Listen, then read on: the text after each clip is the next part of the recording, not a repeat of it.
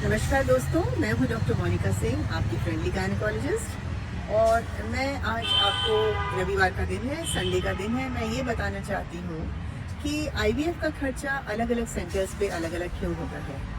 हम सब जानते हैं कि आईवीएफ एक कॉस्टली इलाज है, एक महंगा इलाज है और पेशेंट्स अक्सर इसका खर्चा लाखों में समझते हैं, लेकिन ये खर्चा कम भी हो सकता है।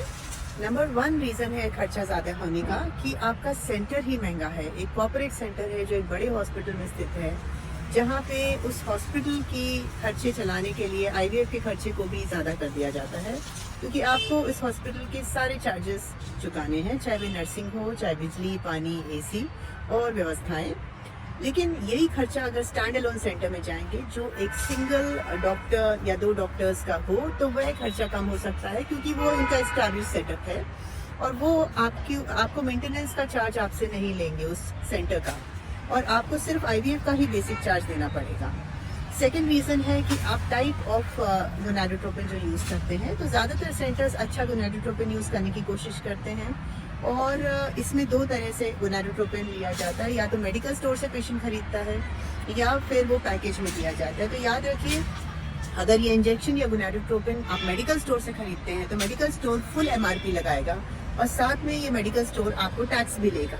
जबकि अगर यही गोनाडोट्रोपिन आपको एक पैकेज में दिए जाते हैं एक आईवीएफ सेंटर से, तो ये ज़्यादा फायदेमंद डील है, क्योंकि गोनाडोट्रोपिन जो वो सेंटर खरीदता है वो एक बल्क रेट में लेता है और कम खर्चे पे लेता है, और उसी कम खर्चे पे पेशेंट को यूज़ करते हैं वो लोग।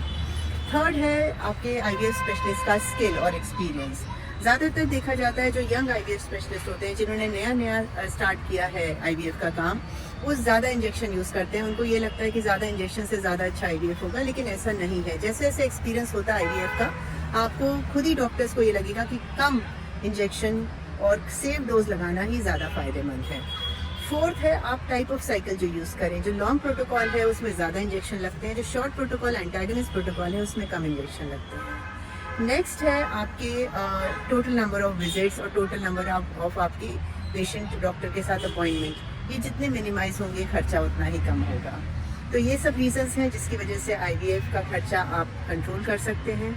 याद रखिए, अगर आप स्टैंड अलोन सेंटर में जाते हैं, आप ऐसे सेंटर में जाते हैं जहाँ आपको पैकेज दिया जाता है, आप एक ऐसे सेंटर में जाते हैं जहाँ आपकी विजिट्स कम है और शॉर्ट प्रोटोकॉल यूज़ किया जाए, एक्सपीरियंस डॉक्टर्स हों जो जानते हैं करेक्ट डोज जो आपके लिए है, वो आपके लिए आईवीएफ का खर्चा अपने आप से कम कर देता है ये सारी चीज़ें, और आप कम से कम पर साइकिल 25 से 50 हज़ार बचा सकते हैं। Thank you very much. Have a good day.